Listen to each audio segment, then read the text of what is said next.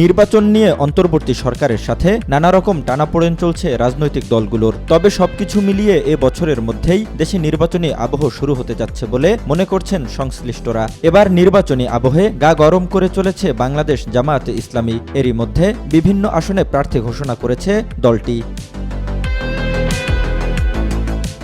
আগামী জাতীয় নির্বাচনে পিরোজপুর জেলার ৩টি আসনে সম্ভাব্য প্রার্থীদের নাম ঘোষণা করেছে জামায়াত। গত বুধবার ভান্ডারিয়া উপজেলা পরিষদ মিলনায়তনে এক মতবিনিময় সভায় জামায়াতের কেন্দ্রীয় সহকারী secretary general advocate Moazzem Hossain Helal প্রার্থীদের নাম ঘোষণা করেন। দলের কেন্দ্রীয় কমিটির সিদ্ধান্ত অনুযায়ী এ সিদ্ধান্ত নেওয়া হয় বলে জানান তিনি।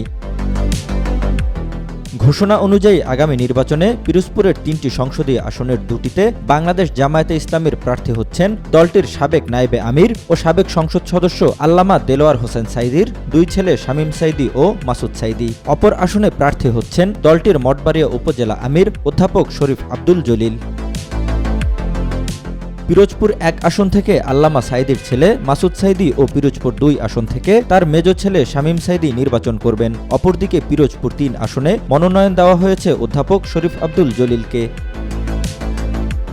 এদিকে ৩টি আসনে প্রার্থী ঘোষণার পর থেকে তৃণমূলের দলীয় নেতাকর্মীদের মাঝে ব্যাপক উৎসাহ এবং উদ্দীপনা দেখা গেছে। সামাজিক যোগাযোগ মাধ্যমে ছবি পোস্ট করে অভিনন্দন জানানো হচ্ছে। এর আগে নির্বাচনী প্রচারণা হিসেবে নিজ নিজ এলাকায় বিভিন্ন সামাজিক কর্মকাণ্ড পরিচালনা করে আসছেন প্রয়াত সংসদ সদস্য সাইদির এই ২ পুত্র। জনপ্রতিনিধি হিসেবে তাদের বেশ সুনামও রয়েছে। তবে জামায়াত প্রার্থী ঘোষণা করলেও বিএনপি এই জেলায় একক প্রার্থী দেবে নাকি জোটবদ্ধ প্রার্থী দেবে তা এখনও চূড়ান্ত হয়নি। এর আগে বিএনপি বিভিন্ন আসনে গণ অধিকার পরিষদের নেতাদের আসন ছেড়ে দেয়। জহিরুল ইসলাম, আজ কাল।